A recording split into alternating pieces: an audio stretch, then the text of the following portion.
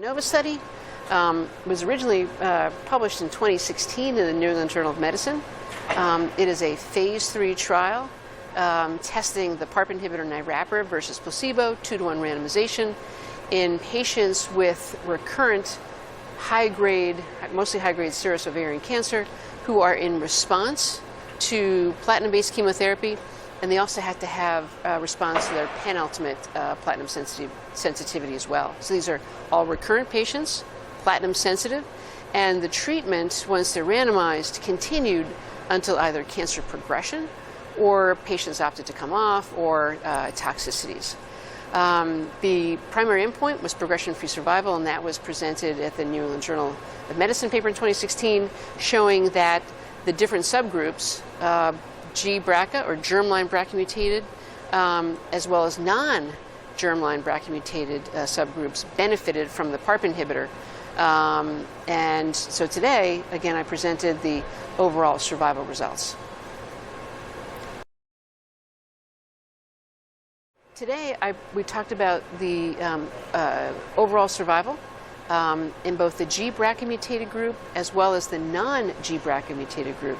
Within the non-G-BRCA mutated group, patients were then further subsetted into either HRD, HRP, or HRD, we couldn't do the test. And those were all exploratory subgroups. So in the germline BRCA mutated patients, the hazard ratio was 0.85 for overall survival.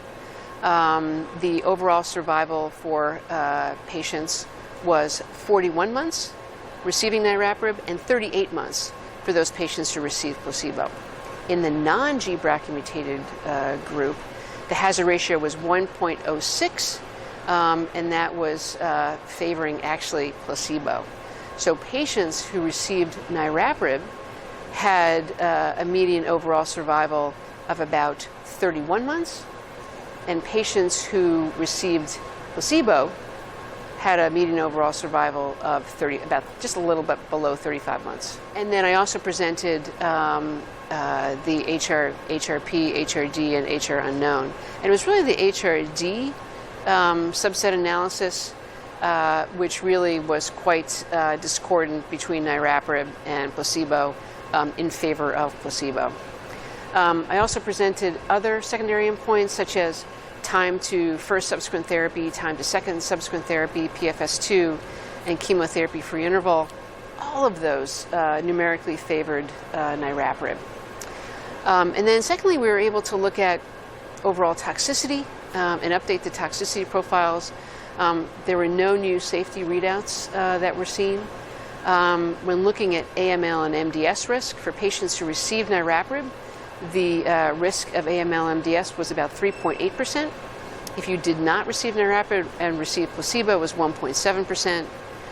For patients with an underlying germline BRCA mutation who received niraparib, the risk of AML-MDS was 7.4%, and that was really corroborated by other phase 3 studies. So this is what that risk ends up being in the germline BRCA mutated setting, in the recurrent platinum sensitive setting, when you use a PARP inhibitor for an indefinite time period. We didn't define a duration of treatment. It was used either until disease progression or toxicities. PARP inhibitor trials, regardless if it's in the recurrent setting or in the upfront setting, and in the recurrent setting, regardless if it's used as maintenance or as treatment, long-term follow-up is absolutely essential.